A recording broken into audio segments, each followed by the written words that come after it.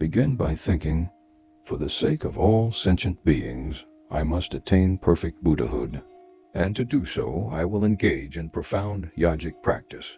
Then visualize yourself on a jeweled throne, lotus, and moon disk seat in the form of the perfect Buddha, Sakyamuni.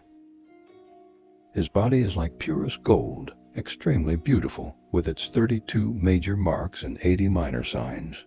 His hands are in the earth-touching and meditative equipoise mudras, and he is wearing the 3 brilliant saffron-colored dharma robes and sitting in full lotus posture.